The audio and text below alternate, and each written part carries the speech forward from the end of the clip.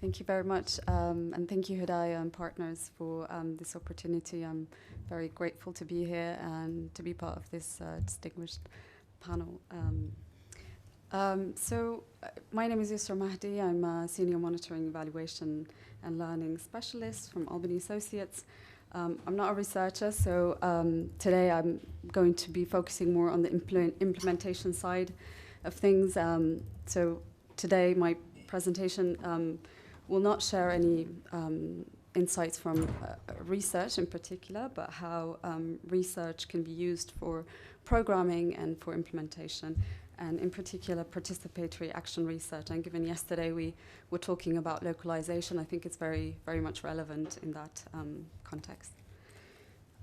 So before I go into participatory action research, I want to talk about agency, and this is very much based on work in Somalia. So today I'm taking that as a case study of a project we have implemented, and it's funded by the FCDO and the Conflict Stability and Security Fund. So first, when we talk about agency, we need to take into consideration some misconceptions or limitations, if you want. The first one is when we define agency, we are thinking about the ability to make choices and act on them. So we are thinking about how this ability is influenced by historical, structural, and societal factors. Because our freedom to make a choice isn't completely unrestricted, so it's shaped by our surroundings and the times we live in. It's very much connected to social and cultural, the social and cultural environment. So this means that when we think about gender, we need to think beyond just simple ideas and concepts, and some would call this decolonial feminism. It's critical to think about it and avoid oversimplifying the concepts and seeing them beyond black and white terms. Secondly, agency also varies depending on the situation and the relationship. So for this, we must challenge the idea that women are always victims and men are always perpetrators or protectors. And this view doesn't really reflect the complexity of people's roles and identities in their everyday life. Thirdly, agency needs to also go beyond disaggregated data, and this is very much something that monitoring evaluation struggles with, because we know that just adding women in numbers doesn't really provide us the sufficient insight about power relations. And practice has shown us that this rhetorical commitment to gender within peace-building programming has neither changed the generally widespread gender-blind nature of policy and practice, nor has it done more than just increase mainstreaming of women and girls as just categories. So instead, we need to consider the certain notions of masculinity, the impact it has on relations, and this encourages us to see the entire political and security landscape as influenced by gender dynamics. So in Somalia, Albany Associates has considered these main three challenges when designing a project that seeks to address women's security needs and agency in conflict resolution. So when we were developing the program and the theory of change, we asked ourselves three main questions. Firstly, we wanted to know, how do we develop a deep understanding of the contextual nuances of gender in conflict resolution? And for this, we considered that our approach needed to be participatory and appreciative of local knowledge and very much a bottom-up. We also asked, how do we avoid falling into stereotypes associated with women and men's roles? And the approach of this approach of labeling people often results in defining them outside of their community. So having also limited transformative roles in change. And for this, we recognize the need to empower women to reflect on their roles and influence in their community as peace builders and as social actors. Thirdly, we also asked, how do we ensure that we understand the impact of gender dynamics in peace building and conflict resolution, and we don't just focus on women in numbers or increasing women's participation. We recognize the need for meaningful participation, and this is by empowering women to take action and have roles in decision-making about their needs, both on formal levels, but also in their informal structures.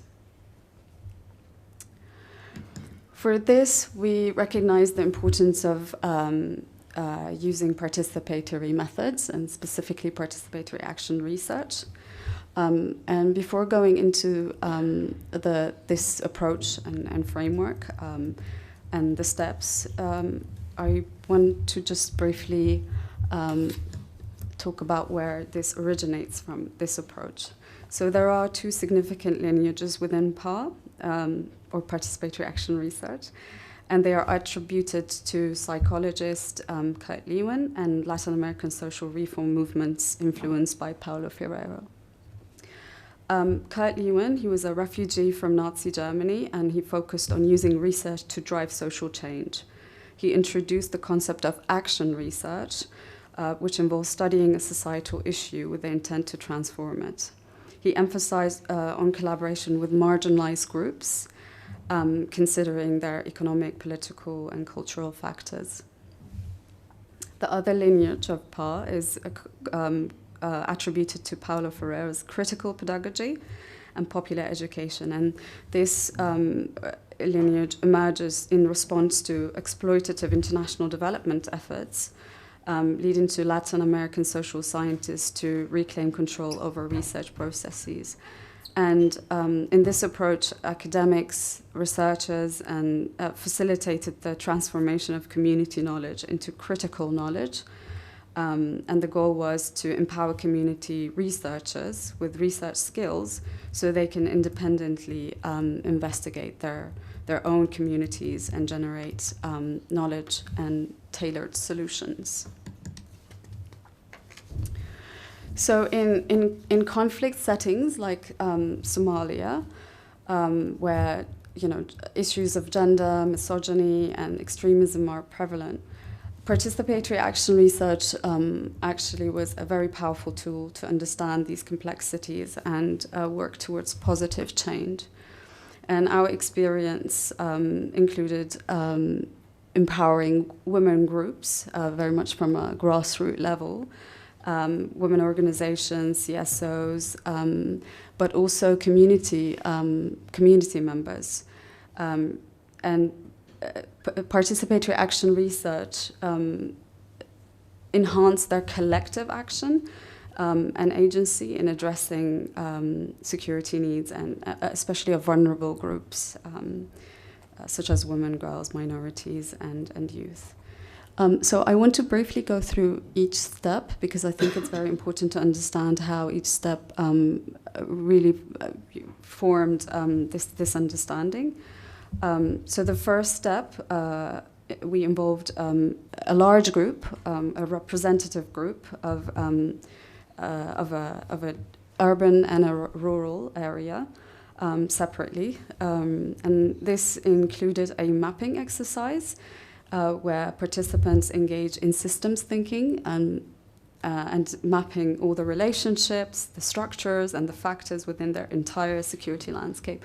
And by systems thinking, I mean, really understanding the positive and negative connections between these relations and factors.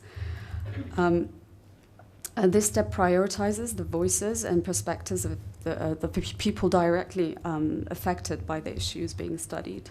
So misogyny, extremism often have very deep-rooted causes related to social, economic, and political factors, and this was very much something that came out of this mapping exercise. It's a collaborative exercise of needs, threats, and issues, and participants and community members collectively identified the underlying causes of insecurities. The second step takes a lot of the learning and data collected from the first step, and here we bring together a smaller group, also a very representative group, to reflect on the learning developed through the data collection, and to develop strategies and tailored solutions. So using the evidence from the mapping, this group reflect on their roles, responsibilities, and the influence as change agents in the conflict. They understand the entry points that inform practical interventions and advocacy efforts.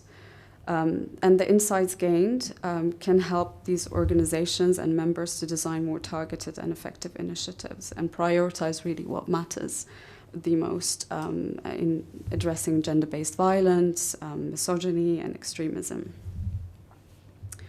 The third step, and this is the next phase, where outreach happens to grassroots level stakeholders, but also formal actors, including government officials and international development actors.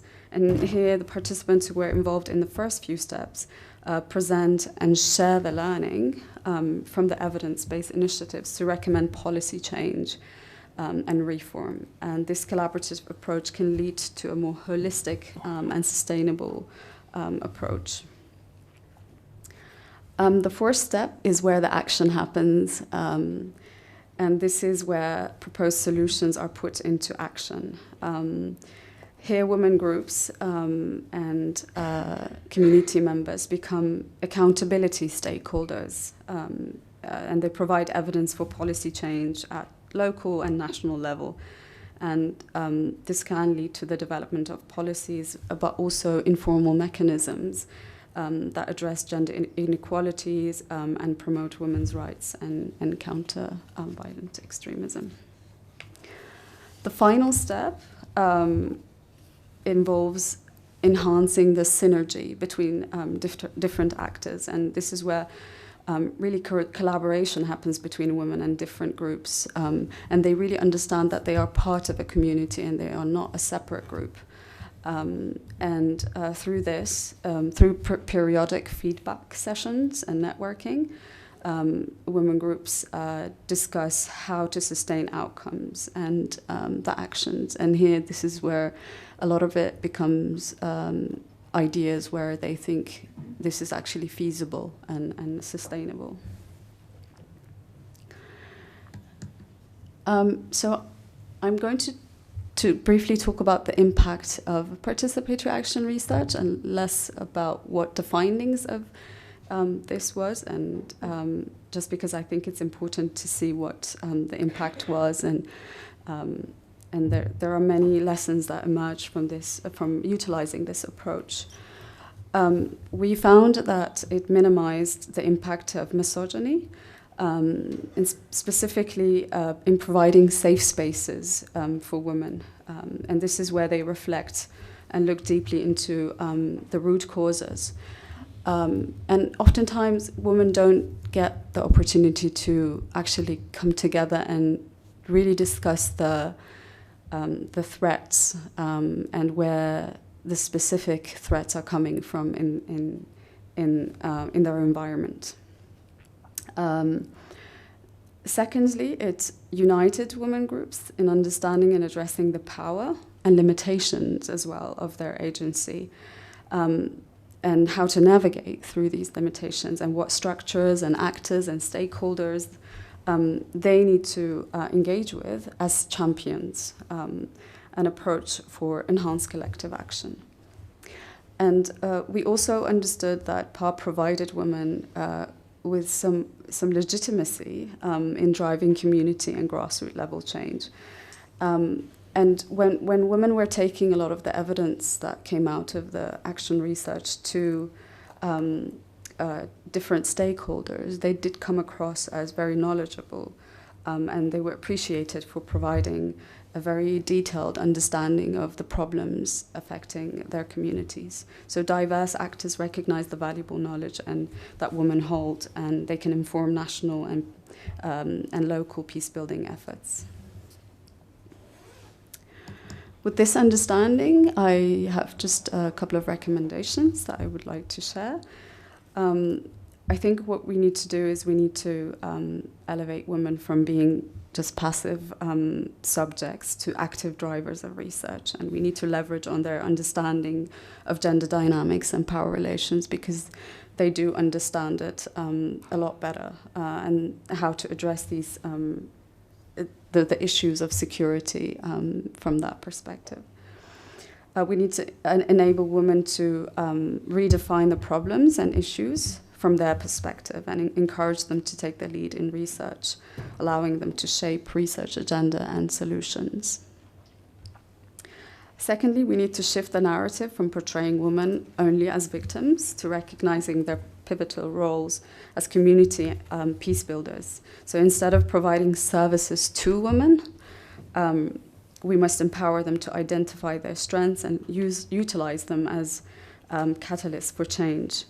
We need to support women in analyzing how they could contribute to positive transformation and hold various stakeholders accountable.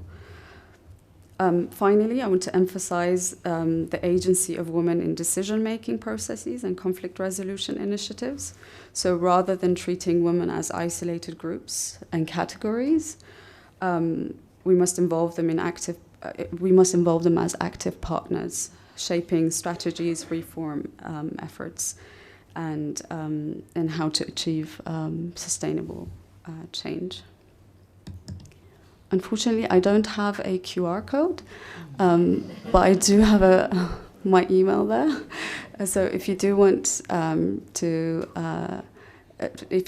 understand some of the findings, specific Somalia-related findings from Action Research, I'm more than happy to share that with you. So thank you very much for listening.